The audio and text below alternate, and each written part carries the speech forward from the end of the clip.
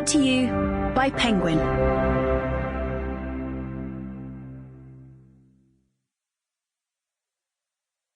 Saturdays at Noon by Rachel Marks. Read by Josh Dillon, Stevie Martin and Jacob Marks-Jones. I hope none of the grown-ups out there find me. I used my invisible spell to sneak under the table, but I'm scared it might wear off. Sometimes if I don't make my spells very well, they don't last very long. I still have to be really quiet because even when you're invisible, people can hear you. Miss Chung says, be as quiet as a mouse, but when there was a mouse in Mummy's and Daddy's bedroom, they said it was so noisy scratching and running round that they couldn't sleep. So I don't think mice are very quiet, really. I'm going to be quieter than a mouse and try really hard not to move. But sometimes my arms and legs just move on their own without me telling them to. Mummy and Daddy get cross faces when they do that, but I don't know how to make them stop. It's really dark in here, like when I go to bed. I hate going to bed because I have to stop what I'm doing, and I'm scared when it's dark Robber will break in and steal me. When I'm busy with my Lego, or my puzzles, or my games, they fill up my head, but when Daddy makes me stop and go to bed, the worries come back because there's more space. If I had my pebble light, it would be better. I like watching the colours. They go round and round, and I don't feel so terrified. My pebble lamp goes red, purple, blue, green, yellow, orange, and then back to red. And it does the same pattern every time, which is good, because then you know which colour is coming next. I like knowing which one's coming next. Emily. To tell you the truth, it's not quite what I'd expected. I had visions of hung heads, clenched fists, swear words muttered through gritted teeth. Instead, there's an elderly man tackling a crossword, a woman crocheting what looks to be a mobile phone cosy, and a pair of middle-aged men chatting away merrily about the amazing bread peacock they saw on this week's bake-off. I rechecked the venue details on the letter scrunched up in my coat pocket.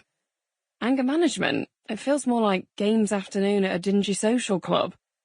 The irony is, I probably look exactly like I belong in anger management. Newly shaved head, hoodie, chewing gum like an insolent teenager. It's like I've come in character. But I shouldn't be here. It's a joke. I didn't do anything wrong. To avoid having to engage in small talk with a bunch of people I've never met, I head over to the canteen-style table in the corner. There's a dent in the wall behind it, and I wonder, with a flicker of anticipation, whether it was caused by an irate fist or a hurled mug. Perhaps things are going to get a little more exciting after all. I make a coffee, piling in the sugar, and loosen the lid of the biscuit tin. It's a meagre selection. A few digestives, an abundance of the blandest biscuit in the world, the rich tea, and 2 chocolate bourbons. It's not really a choice. I take out a bourbon, dunk it in my coffee, and, great, lose most of it as it disintegrates and sinks to the bottom of the cup. What I really need is a bacon butty. Something substantial enough to soak up some of the excess alcohol currently circulating through my veins. But beggars can't be choosers, I guess. As I look down to check that my jeans aren't embarrassingly hoiked up over my socks, I notice 2 small shoes sticking out from under the table. They're bright blue with dinosaurs embossed on the side. Crouching down, I lift the tablecloth to be met by the eyes of a little boy, his eyebrows comically furrowed. "Hey, are you okay down there?" The boy, who must be only about 5, studies me as if reading the words on a page, but doesn't speak. Then he buries his face in his knees and covers his head with his arms. I'm only being nice. Surely my face isn't that off-putting. I scan the room to see if he belongs to anyone, but unless they've simply forgotten that their child exists, there are no obvious claimants, so I try again. "Shall we go find your mum and dad?"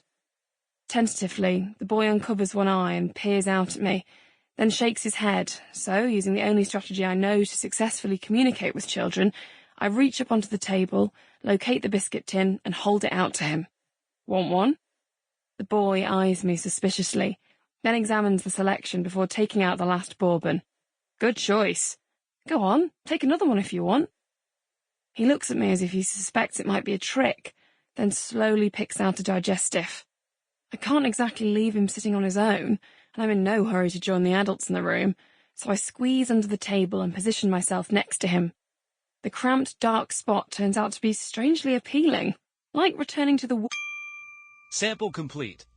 Ready to continue?